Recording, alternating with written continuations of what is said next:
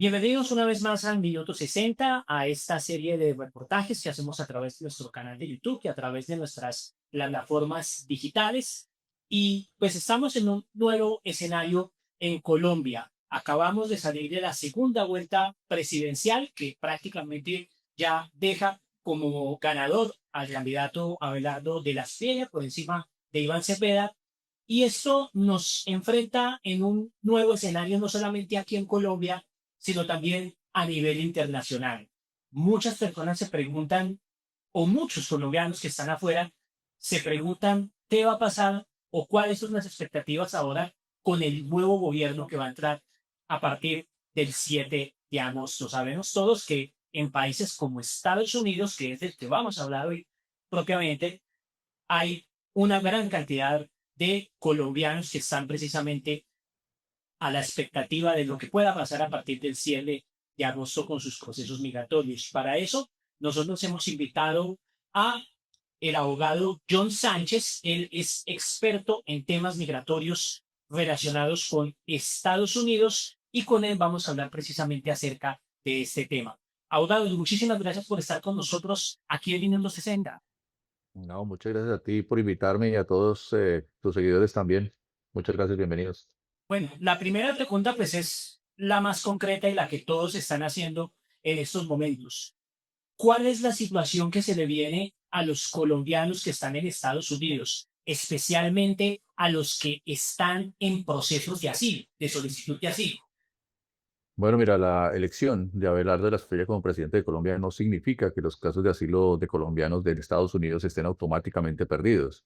Esa sería una conclusión bastante equivocada y jurídicamente imprecisa. Sin embargo, sí abre un escenario nuevo, delicado y realista. A partir de ahora, muchos casos de asilo colombiano podrían enfrentar cuestionamientos más fuertes por parte del Departamento de Inmigración o los jueces de inmigración, dependiendo de la etapa en que se encuentre, especialmente cuando se trate de casos que estén débiles, que sean genéricos, que sean antiguos, que no hayan actualizado su evidencia o que estén mal documentados, ¿sí? En este caso, digamos, el punto central es que el asilo en Estados Unidos no se concede simplemente porque un país sea peligroso.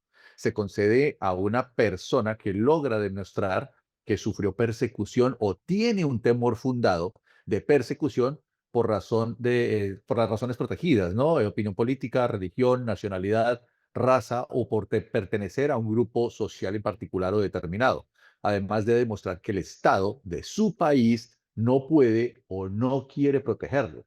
Esa es la realidad. Sí, y precisamente bajo esos lineamientos que pide Estados Unidos para que la persona pueda argumentar que necesita asilo en ese país, ¿cómo queda la llegada de alguien como Abelardo de la Espriella, que pues todos sabemos que es un gran amigo de la Casa Blanca, es un gran amigo de Donald Trump? O sea, ¿cómo quedarían esos argumentos ante la llegada de Abelardo de la Espriella a la presidencia de Colombia? Bueno, obviamente todos sabemos que Abelardo, además de que abiertamente dijo que hacía parte del Partido Republicano, tiene el espaldarazo del gobierno de los Estados Unidos, ¿no? Y la declaración, por ejemplo, del senador estadounidense Bernie Moreno, en particular, me parece sensible. Según ha reportado públicamente, él y de la Espriella hablaron sobre los temas de inmigración y que estuvo de acuerdo de que cualquier ciudadano colombiano que solicitara asilo debería regresar a Colombia, asegurando que el gobierno garantizaría la seguridad y la protección, ¿sí? Pero esta frase no es una ley, no es una decisión del Departamento de Inmigración, no es una orden migratoria, pero sí puede convertirse en un argumento político y jurídico contra ciertos casos. Puede ser usada para decir que el nuevo presidente colombiano está ofreciendo protección estatal y que por tanto los colombianos deberían regresar. En términos migratorios, este tipo de declaración puede alimentar una narrativa de retorno seguro. Sin embargo, desde la defensa de los solicitantes de asilo, esa misma frase puede leerse de otra forma.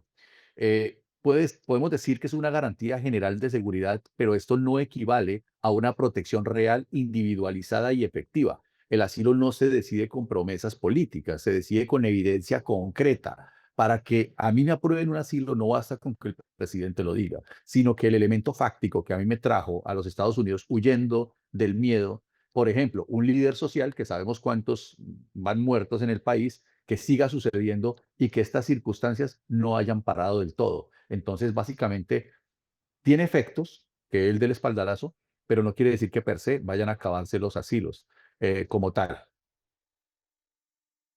¿Y cuál hubiera sido la situación? Pues aquí ya de pronto entramos en un escenario netamente especulativo, pero ¿cuál hubiera sido la situación si de pronto Iván Cepeda hubiera ganado la presidencia de Colombia? ¿Cómo hubieran quedado los colombianos en Estados Unidos?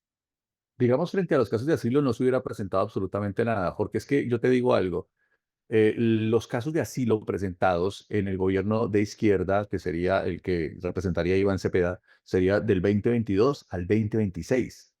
Pero no estamos contando que tenemos casos de asilo previos al 2026, muchísimos, porque todos han sido gobiernos o de derecha o de centro derecha, ¿verdad? Entonces, toda esa cantidad de casos de asilo también están perdiendo un montón de fuerza, no solamente los que de pronto no estaban afines al gobierno de izquierda. Entonces, ahí habría que cambiar dos cosas básicamente, porque si tu asilo tiene más de 4 años, quiere decir que llegaste en un gobierno de derecha, quiere decir que ya todo está perfecto, quiere decir que puedes devolverte. Pero no, porque es que esto no depende realmente de un presidente. La problemática interna que tiene el país, como Colombia, es tan fuerte que necesita obligatoriamente que esos focos de peligrosidad de cada una de las personas cesen por completo. Entonces, de igual forma, Iván Cepeda no hubiera tenido ningún impacto propiamente dentro de los asilos. También se tiene que seguir revisando cada caso en particular y saber si esa persona o ese grupo definitivamente ya cesó la peligrosidad o continúa. En este momento podemos decir que llegará el 8 de agosto y no sabemos si inmediatamente se desmovilicen todas las guerrillas, ya los desplazados puedan volver a sus casas, ya los campesinos vuelvan a tener sus hogares para que puedan cultivar y demás. Eso sí sería un cambio fundamental. Si eso no se da, los casos siguen viviendo. Pero el problema, o sea, la diferencia es que ahora toca documentarlo bien, porque sí van a ser usadas esas palabras. Entonces, esa sería la diferencia entre el uno y el otro, pero realmente los casos siguen tratándose de manera particular. Y además de los colombianos que están en estos procesos para solicitar asilo en Colombia, los otros colombianos, los que tal vez están allá en un proceso para solicitar una visa de talento o para solicitar una visa de inversión, o los que tienen una visa de trabajo y están ya en proceso para solicitar una residencia o alguna ciudadanía, ¿con esos colombianos hay algún tipo de riesgo? Esa es otra lectura muy interesante que se puede hacer frente a este caso, porque mira, la parte vulnerable del caso son las personas asiladas, lo que supuestamente vienen por miedo, peligrosidad y demás. Pero está la otra parte, y recordemos que Colombia es un amplio exportador de talento, no solamente en las artes, sino también muchas personas profesionales que migran a los Estados Unidos, se convierten en residentes para desarrollarse aquí profesionalmente o aportarle al país profesionalmente. Esta parte se supone, con el ala que tiene Abelardo de la Espriella, sería ampliamente respaldada. De hecho, el gobierno de los Estados Unidos está atacando fuertemente todos los procesos humanitarios, pero está abrazando un poco mejor las visas basadas en el empleo, las visas basadas en el talento y sobre todo la inversión. Si traes dinero a los Estados Unidos, bienvenido, puedes poner tu empresa o lo que sea y muy seguramente vas a recibir un visado de manera más óptima o con menos escrutinio o la residencia en caso dado. Sí, y entonces para las personas, volviendo otra vez al tema de los colombianos que están en ese proceso para solicitar asilo, ¿cuál es la recomendación que usted como abogado y como experto en el tema le hace a estos colombianos que están en estos momentos en ese procedimiento y que posiblemente los pueden estar sintiendo una incertidumbre por lo que pueda suceder?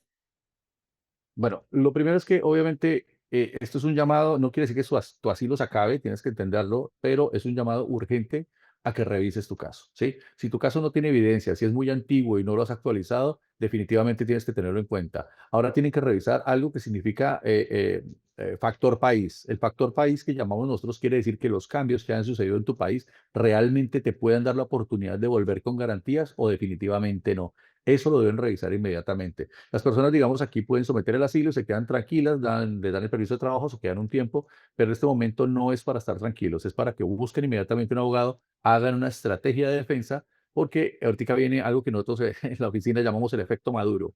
Cuando Maduro cayó del poder, inmediatamente empezaron a llegar cartas para nuestros amigos venezolanos que decían que su factor país ya había acabado, pero cayó Maduro, pero no cayó el régimen. Entonces es una cosa que todos nos necesitamos empezar a hacerles entender a los jueces para que inmediatamente no cancelen las órdenes de asilo que estaban vigentes. Eso muy posiblemente también va a empezar a suceder para los colombianos. Entonces que se alisten, consigan nueva evidencia, reestructuren sus casos y contraten una defensa objetiva inmediatamente. Eso, pues, lamentablemente muchos colombianos tratan de hacerlo solos, tratan de hacer estos trámites solos y tal vez ese es un gran error, que tal vez no reciben la asesoría adecuada, ¿verdad? Es correcto, en Estados Unidos tú puedes defenderte hasta de un homicidio si tú crees que tienes la capacidad de poder tratar, que te traten como un abogado. Pero también es cierto que zapatero a tus zapatos, cada una de esas cosas es importante tenerlos en cuenta y no estás jugando simplemente con un proceso o algo que puedes ganar y perder y da lo mismo. A veces es la vida completa porque vienes tú con tus hijos, tu familia y es importante que le prestes atención a tu caso. Entonces, si tal vez lo hiciste solo o te fuiste a una iglesia para que te ayudara inicialmente, las personas a veces por asilo llegan sin recursos económicos y nosotros lo entendemos. Pero en el paso del tiempo, que ya logres cimentarte, que logres conseguir trabajo y hacer un ahorro, lo más importante es que vayas y busques inmediatamente a alguien que sí te oriente y una defensa legal. Y ya para finalizar, abogado, le quiero hacer una brevita con unos datos que yo tengo acá. Nos arrojó precisamente la Registraduría sobre los resultados de las elecciones del Ujú. pasado 21 de junio. Según la Registraduría, de las 846 mesas más o menos que había en Estados Unidos, 194.000 personas votaron, es decir, 194.000 colombianos aproximadamente, de los cuales el 81,94%, es decir, 158.000, casi 159.000, lo hicieron por Abelardo de las Piedras. No sé qué lectura le da a esos resultados que se dieron propiamente en Estados Unidos. Bueno, no es nuevo realmente. La polaridad, digamos, antiguamente tú sabes que teníamos una polaridad de derecha que en los Estados Unidos siempre ha votado más fuerte hacia ese ángulo. Entonces, digamos que se mantuvo tal vez un poco más fuerte en este caso de Abelardo, una buena campaña, una buena publicidad tal vez, y de pronto la promesa de seguridad y que todo esto va a acabar, ¿no? Pero más allá de eso, no creo que la gente haya pensado en consecuencias migratorias porque finalmente tienen que ser las mismas. Eh, Considero que es casi lo mismo. Tú miras años anteriores y casi siempre, digamos, si hablamos de derecha o de izquierda en este caso, estoy un poquito en desacuerdo con eso, pero si hablamos un poco en este caso de la derecha, casi siempre ganan los Estados Unidos. Bueno, abogado, pues muchísimas gracias por esta explicación que usted nos acaba de dar y por estas recomendaciones que usted también ya acaba de dar a los colombianos que están en ese proceso en Estados Unidos y pues a los familiares que muchos de ellos seguramente están acá en Colombia. Abogado, muchísimas gracias.